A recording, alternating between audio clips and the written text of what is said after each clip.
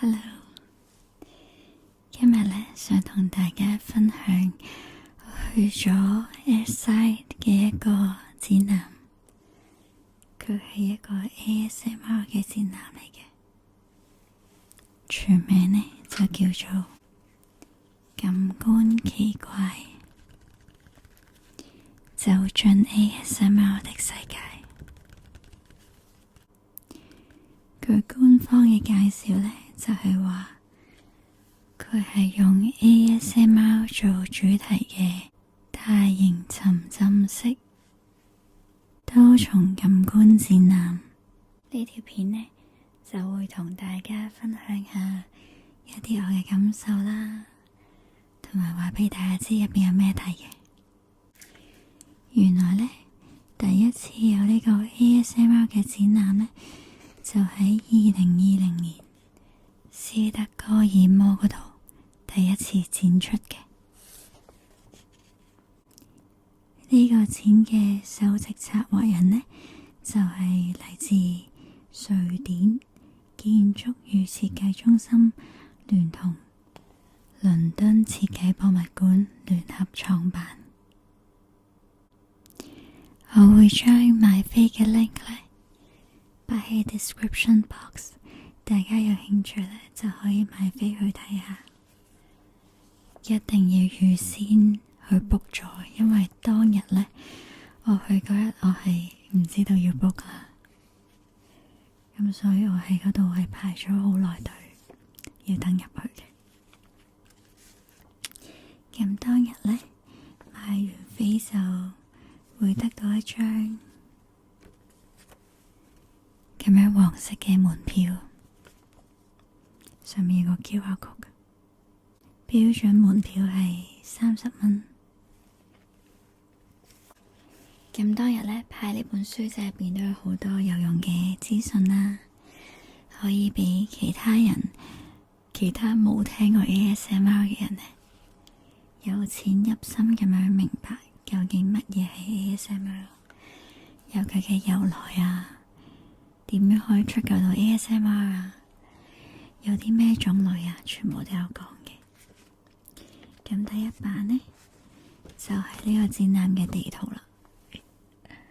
咁首先呢，呢度係入口啦，開頭呢就有啲介紹 ASMR 嘅字句啦，同埋一啲 visual triggers 去介紹俾睇展覽嘅人呢，一啲最直接嘅 ASMR。咁佢成個展區呢，其實都係用咗啲肉色嘅好厚嘅棉花咁樣嘅形狀呢，去模仿一個大路咁樣嘅。咁所以係好貼近主題，同埋坐嘅時候呢，係坐得好舒服嘅。跟住沿住呢度行落嚟呢，就會去到一個模仿搭公共交通工具嘅時候呢，會遇到嘅 triggers。我係好鍾意搭巴士嘅，就好鍾意搭住巴士啦，望住車窗出邊啦，可能係好長途嘅巴士呢，我都可以放空下。除咗巴士啦，仲有地鐵嘅聲啦。呢個區呢，出邊就係正正對住啟德嘅地盤啦，然後加埋地盤嘅聲呢，呢個狀態係真係一個好好放空嘅 white noise 嚟嘅。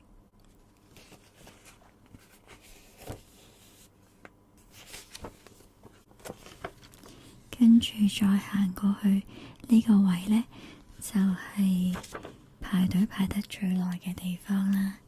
咁呢個區域呢，就可以俾一啲冇試過去製造 ASMR 俾其他人嘅人呢，去嘗試下點樣可以運用啲物件去做成 triggers 啊。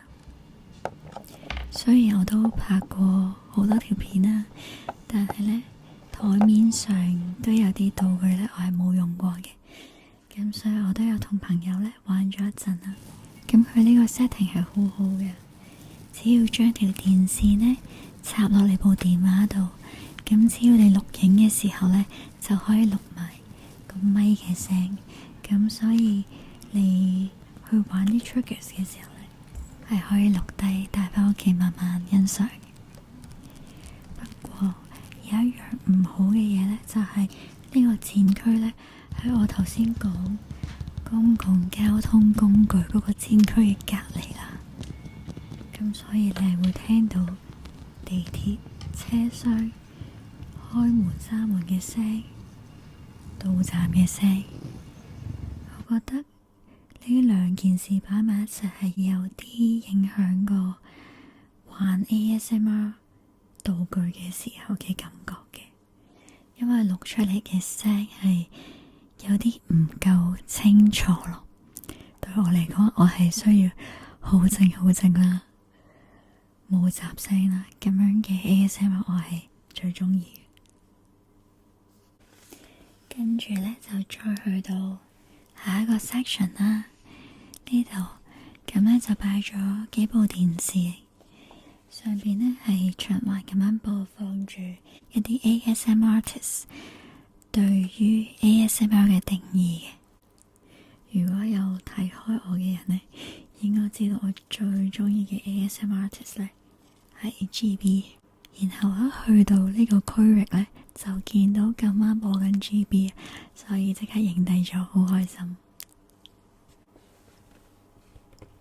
下一個區域呢，就係一個關於舌頭嘅裝置啦，但係我去嗰日呢，就已經壞咗啦，咁所以係睇唔到嘅。呢個我見啲 promotion 其實都有 promote 下呢個展區。咁如果下次你去又見到嘅話，就再話俾我聽佢有咩咁特別啦。之後呢，就入咗去一間房入邊呢，就睇到一個 YouTube 嘅畫家，佢叫 Bob Ross 啦。咁其實佢做嘅嘢呢，就係 unintentional ASMR 嚟嘅，即係佢唔係刻意去做一啲 ASMR 或者做一啲聲出嚟去 trigger 啦，但係佢嘅畫呢，係令人覺得好舒服啦，同埋佢畫畫嘅時候呢，係一路喺度講住嘢 soft spoken 咁樣嘅，咁所以睇佢嘅片就會有一種好舒服嘅感覺，會覺得好平靜。跟住呢，就去到最大呢個範圍嘅展區啦。咁佢中間呢，就擺咗好多部電視，連接住一啲 headphone 啦，俾你去聽入邊嘅內容嘅。咁佢有介紹唔同種類嘅 ASMR 啦，包括係刻意嘅 ASMR 啦，例如呢，佢有舉例子嘅，可能係用一啲道具啦，即係為咗令到人有 triggers 而做嘅 ASMR 啦，或者係一啲非刻意嘅 ASMR， 可能係由正面啦、和平嘅人去觸發嘅。咁刻意嘅 ASMR 呢，大家睇過我片呢，就一定有感受過啦。可能係用唔同物件製造嘅聲音啦。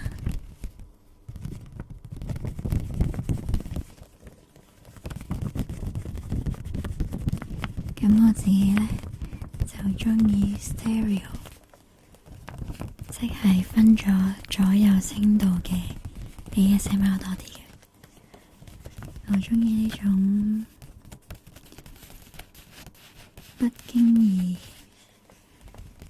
predict 唔到、預計唔到嘅聲音轉換。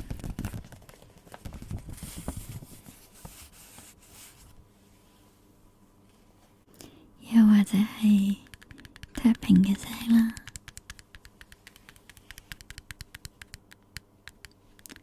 慢啲，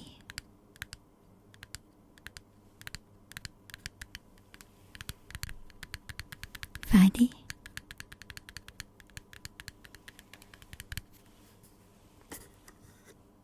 咁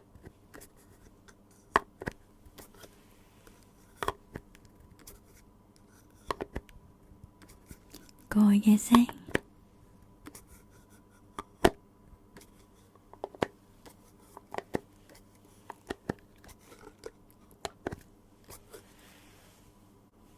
梳嘅聲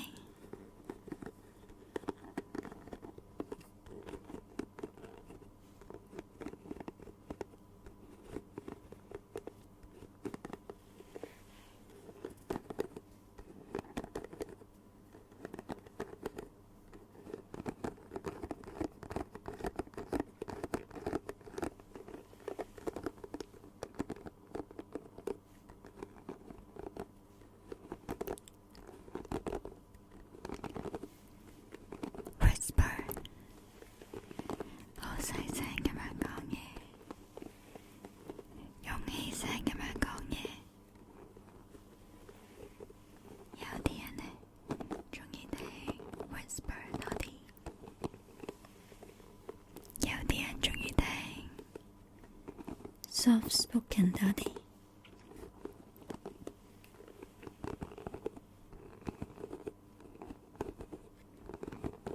我自己係鍾意 soft spoken 啊，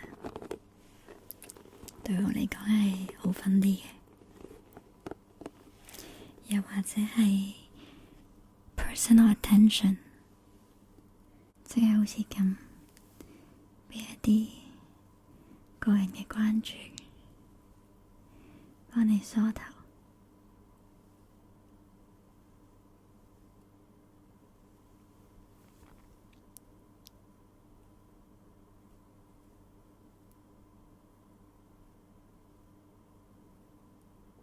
咻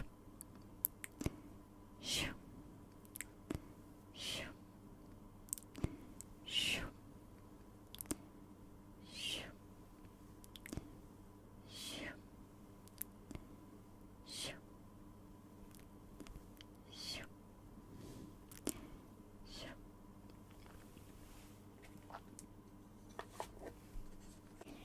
用數呢，我知道都好多人鍾意嘅。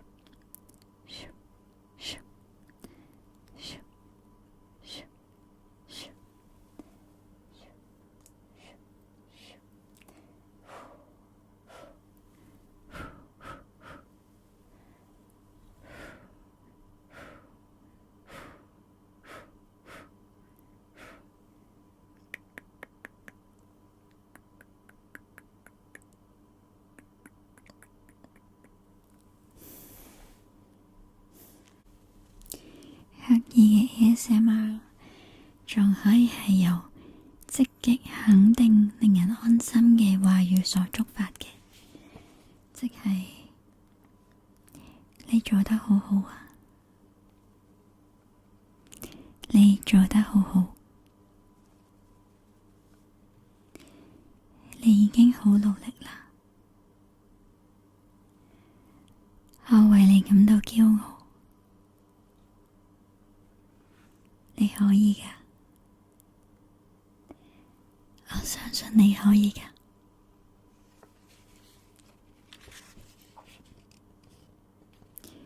另外仲有好多非刻意嘅 ASMR 啦，可以由睇人哋嘅講解而觸發嘅，